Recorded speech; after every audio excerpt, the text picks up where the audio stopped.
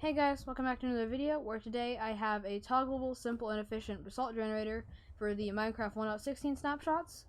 If you want to go ahead and skip straight to the tutorial because I'm going to be explaining how this thing works and a little bit of stuff before I get to the tutorial, you can use the timestamps in the description, and there's also a world download down there if you want to go ahead and use that to check out this thing in a little bit more detail. Because this is a very new mechanic, I'm going to explain how this works.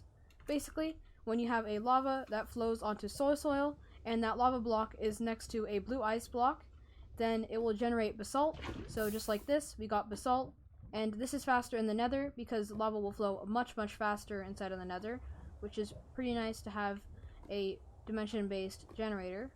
But basically, if we move this soil to the side, it won't work because it has to be on top of the soil. As you can see, we got no basalt, but the blue ice can be moved wherever. It can even be on top, and it can be on all of the sides, so it will work like this as well. So over here, we utilize these brand new mechanics to make an automatic generator. So what this will do is when we flick this lever, it will push over this redstone, which will only bud power this piston over here if we have a block right here. And because it's bud powering, it will activate, but it won't deactivate until we update it, which is why we have this piston up here, which will fire the observer over to the side and create an observer clock constantly updating this piston, but only when this observer is right here. And then down here, once this piston gets bud powered, it will push this observer over here, creating an observer clock. And the only reason we have to use an observer clock instead of just one observer right here or a redstone block is because if we reach the piston push limit, then we would have to reactivate it once again, because it wouldn't be able to activate it once again because it would just be a single pulse rather than a constant string of pulses. And if we have this, then it's constantly trying to activate this piston, which means that even if we reach the piston push limit, it will still work. And as you can see, if we turn this thing on, it will begin to generate basalt at a very fast rate. And then once it reaches the piston push limit, it would obviously stop. And then you can also break this, it will continue to generate. But once we turn this thing off, then we can just break all of this and it will not generate any more basalt.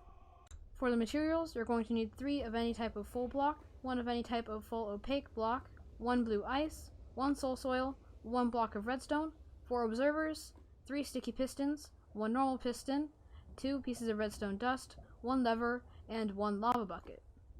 To build this generator, what you're going to want to do is place a full block right there with a piece of redstone dust on top. Then you're going to want to place soil against that full block and a sticky piston against that soil. After that, you're going to want to place a temporary block on top of the piston, 2 blocks just like that, and a piece of redstone dust on top of that block over there. Then you're going to want to place a temporary block here and a piece of blue ice on this side, and then another temporary block here. Then you can place an observer against that block facing downwards just like that. After that, you can break that block as well as all of these blocks and place a piece of lava right there. It should generate some basalt. After that, you're going to want to place an observer facing upwards against that block and one facing downwards with a full block on top. Then you're going to want to place a piston facing in this direction, like right there.